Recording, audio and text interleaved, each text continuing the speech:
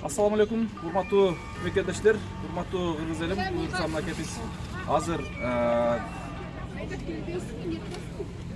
азыр жаңы эле Индиядан Бишкекке келип, Бишкектен араң зоргодон жетишип, азыр Ошко келип турган чагыбыз. Урматтуу көп инсандар сурап атат, Табаракты жана Алиханды, алар эмнеге калды, аларды эмнеге таштап келе бердиңер деп. Ушундай бир жумуштарыбыз бар эле. Эртең 22-си Мекке, Мединага, Умрага зияратка кетип барат элек. Аргасыздан таштап бастык, урматтуу тугандар. Эртең Табарактын экинчи көзүнүн операция жасалат. Буйруса дагы да дуа кылып туруңуздар. Чындыгында Аллах Таала ушунчалык беримдүү, боорукер, ушунчалык банда сурансаң берген зат болот. Ошондуктан мына ушул Татынайым азыр экинчи ирет барып, костный моз анализдер баардыгын тапшырып, жыйынтыгы жакшы чыгып, дагы да 1 жылдан кийин бара турган болду. Эң башкысы 2 жума ошол жакта жүрдүк. 2 жума убакыт деген өтө узак убакыт, бирок ошол узак убакыттар 1 минуту дагы, 1 сааты дагы тек кеткен жок. Баардык убакыттар өзүнүн нормасында, баардыгы өтө чоң бир жемиштүү иштер менен кайттык десек болот. Анткени Татынайымдын анализи жакшы чыгып, Көзазиз Асылбектин уулу Табарактын биринчи көзүнүн операциясынан жакшы чыгып, Алихан дагы бүгүнкү күндө лечение алып атат. Кечээ анализ тапшырылган.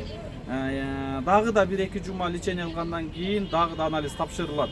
Андан сырткары көрүп аттыңыздар, биздин Акниет Аманат коомдук фонду Индияда болгон бир нече больницалар менен сүйлөшүп, кечээ акыры ошол Индияда Делидеги Макс больница менен келишим түзүлүп, мына ушул Кыргызстандагы ооруга чалдыккан боор оорусу, бөйрөк оорусу, жүрөк, көз оорусу, рак оорусу, костный моз ооруларына чалдыккан инсандарга пакет маселесин, операциянын пакетин болушунча ылдыйлатып бериңиз деп түшүндүрүп, суранып, бул фонд эмне үчүн ачылган, эмне максатта бул фонд иштеп аткандыгын түшүндүрсөк, ошол Макс больницанын жетекчилиги туура кабыл алып, туура түшүнүп, чындыгында бир нече баягындай пакеттин баасын ылдый түшүрдү. Бирок ал пакеттин баасын коомчулук айткан жокпуз, себеби ошол коомчулук айтпоону суранды. Башка бир гана сиздердин фондуңуздарга гана ошондой пакеттер коюлган, башкаларга андай пакет жок деп айтылды.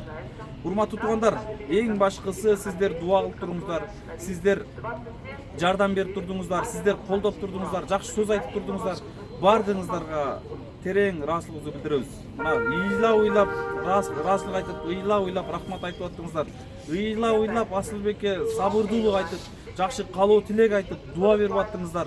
Бул нерсени биз эч качан унутпайбыз, урматтуу туугандар. Кудай буйрса, баардыгы Аллахтын ыраазычылыгы үчүн дагы да кайрымдуу болуңуздар, биримдик болуңуздар. Кудай кааласа, мынакей бүгүн 19-январ, караңыздарчы, будан бир 5 саат мурун эле Индияда элек, бирок 5 сааттын аралыгында Аллах Тааланын өкүмү менен, Аллах Тааланын буйругу менен мынакей мекенибиз, кичи мекенибиз Ош областына келип калдык, урматтуу туугандар. Бул чындыгында сөз менен айтып бүткүс, баардыгы ниетке жараша, ниетке баглык, ниет калыс болгон болсо, көрдүңүздөр, Аллах Таалам эмне деген жумуштарга ушинтип себепкер кыла берет.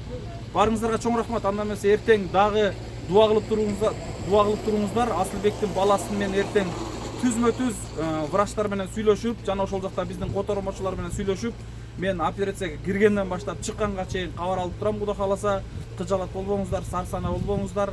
Жеңил болот иншалла. Анткени ошол көздү операция жасаган врач аябай колу жеңил, мыкты врач экен. Буйруса жеңил болот. Баарыңыздарга чоң рахмат. Ассаламу алейкум.